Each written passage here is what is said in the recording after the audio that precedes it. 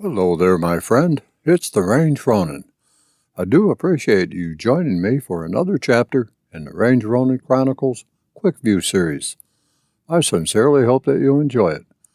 Without further ado, let me open the book and we'll get going.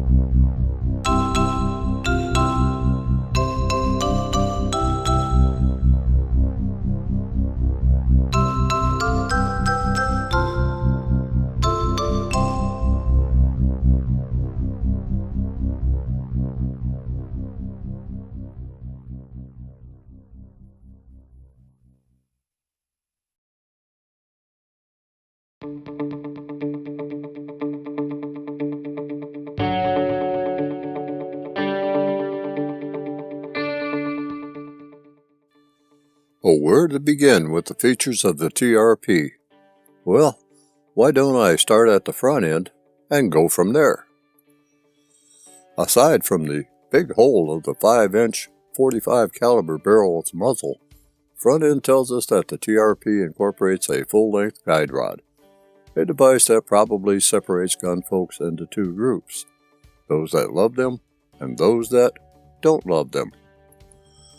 Having personally exchanged standard guide rods with FLGRs on several 1911 pistols, I can say that I have witnessed better accuracy with them over standard guide rods. That's not to say that you can make a 1911 a tack driver by simply installing an FLGR. It is simply saying that accuracy is improved. The FLGR in this TRP is a two-piece unit, straight from the factory. I will say that I do not care for a two-piece FLGR, as it does add a step to the disassembly and reassembly of the pistol for maintenance, and it might be prone to loosening during live fire. With that aside, the two-piece FLGR seemed to do the job it was intended to do: improve accuracy. Getting to the slide itself, front forward serrations make it easy for those who prefer to press check from the front of the slide or who wish to cycle the slide from the front rather than from the rear. Those front serrations are deeply cut and do make for a great finger hold on the slide. Atop the front of the slide is a Trigicon night sight that is perfectly blended into the slide and secured not only by the slide, but with a very small set screw as well. Black front sight also provides a nice contrast to the satin finish of the slide. Following those front serrations to the rear, there is, on the left side, model and caliber. On the right side, there is the manufacturer's logo and the manufacturer's name, Springfield Armory. The ejection port has been lowered and flared, in keeping with modern practices. The outside of the barrel's chamber is stamped with SA 45 Auto, and just to the rear of that stamping is a very tiny inspection hole where, if you look very closely, you can tell if there is a cartridge chambered or not. Personally, I feel that there is no need for an inspection port, but that is my opinion. One major point is that the TRP has an internal extractor, just as John Moses Browning intended, and, as you will see, does its job quite well during live fire. An abundance of forward-cut rear slide serrations ensures a positive grip when manipulating the slide, as was also intended by John Moses Browning. At the rear of the slide, on both sides, TRP is stamped very nicely as to not detract from the pistol's appearance. Just above the TRP is a fixed ramp-style Trigicon night sight that, because of its design, is very prominent to the eyes despite the small size of the two dots. Those two dots really pop and are very quick to get to eye level. Front sight, however, does not share the same optical characteristics, in that it is not as bright as the rear sight dots. The rear sight, you might notice, is also black and a nice contrast to the slide. The 3-position hammer, rest, half-cock, or sometimes referred to as the safety notch, and full cock, share almost the same finish as the slide, and not the usual black color for contrast. It is, however, a flat finish rather than a satin finish. It adds a tri-colored look to the overall pistol. The hammer is a skeletonized affair, with prominent serrations for cocking or decocking the pistol if needed. Here you can see how close the slide to frame fit there is. If it not for a different finish of the rear of the internal extractor, it would be difficult to tell where it is located. There is absolutely no slide play regardless of what the hammer position is, or when the slide is locked all the way to the rear. The TRP is one tight-fitted 1911. Moving on to the frame, you can see that the front dust cover is standard, and with the slide lock to the rear, you can see the substantial FLGR. In initial appearance, one would think that the FLGR is a one-piece unit. Trust me, it is not. More on that later. At the left front of the frame, Tactical is displayed in very large letters, while the manufacturer's information, including the unit serial number, is stamped amidship on the frame right behind the slide stop pin, which, by the way, prominently protrudes out from the frame. You may also note that although Tactical is prominently stamped into the frame, there is no accessory rail that personally I have no use for. If you do desire an accessory rail, the new family of TRP pistols have it. The frame's left side controls consist of the slide lock, magazine button, and thumb safety, all in their usual positions. The slide lock is extended and easy to manipulate. Although not intended to release the slide from a full lock to the rear position, hence its name, it can be used to do so. The 1911 was designed to chamber by pulling the slide to the rear to unlock it and then releasing the slide to strip and chamber a live round from the magazine. As a side note, The slide does take some strength to unlock. Folks with weakened or compromised hand strength may find it easier to manipulate the slide using the front slide serrations rather than the rear slide serrations. The left side only magazine button is extended and serrated, and is stiff enough so as not to be pressed accidentally during firing. In fact, it does take some effort to press in when needing to release a magazine. However, magazines do release quickly and drop freely from the magazine well, an important thing to have when needing a fast reload.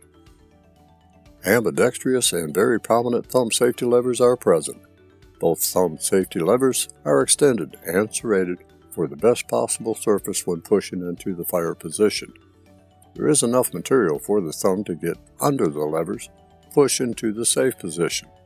The thumb safety is very easy to push into either the safe or fire positions, albeit on the stiff side, until they are broken in.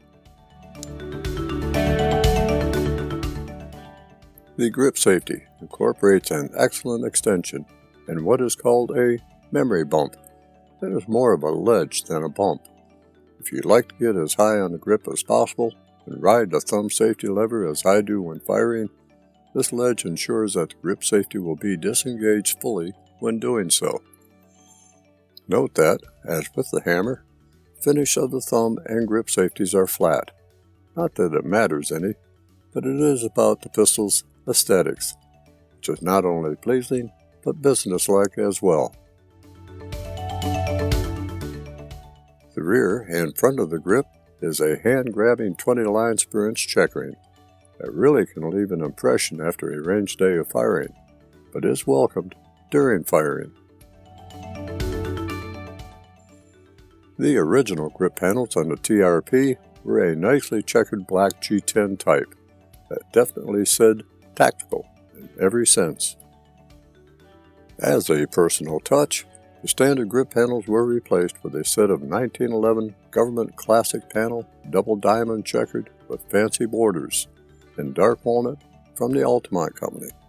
Not only do they look great and feel great, but they also add a bit of class to the TRP, in my humble opinion.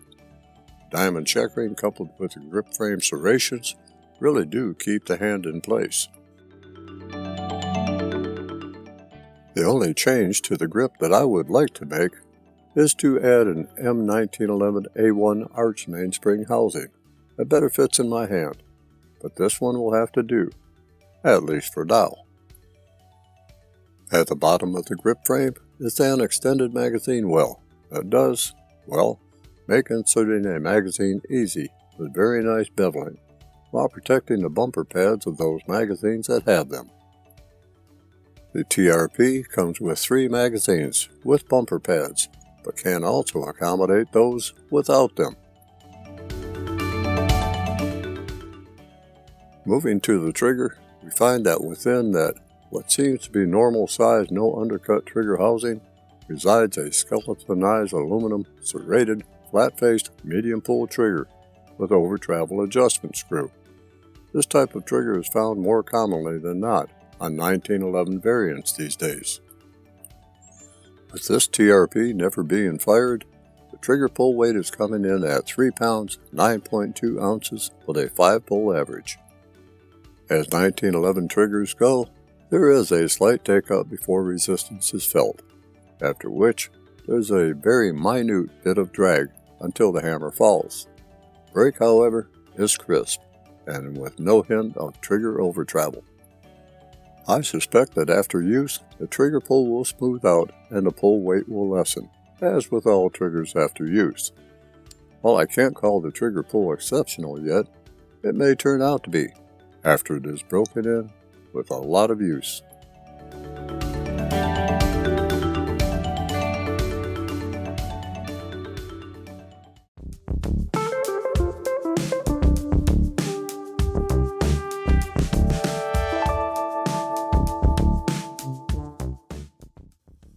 This TRP model I own and is among the discontinued Springfield Armory TRPs, but a nearly identical model listed as the 1911 TRP 45 ACP handgun, stainless, CA compliant, is still available in the TRP line of pistols, along with 16 other models in both 9mm and 45 ACP chamberings, and are which available in various color finishes and configurations to include full-size and carry models.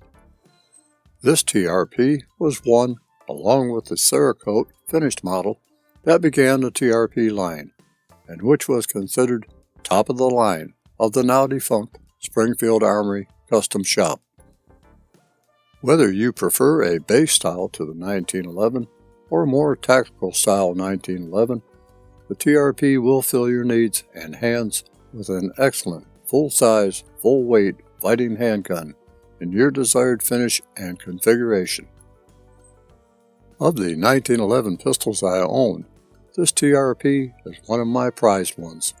It certainly was not inexpensive at the time I purchased it, and the same holds true today, but the quality put into this pistol is unmistakably excellent. Pair up the TRP with a Springfield Armory M1A1 rifle, and you would have one heck of a tactical response duo. Well, my friends, I thank you for being with me for this story, and I hope to see you again. Until our paths cross, as always, take care of yourself, stay vigilant, armed, and safe out there.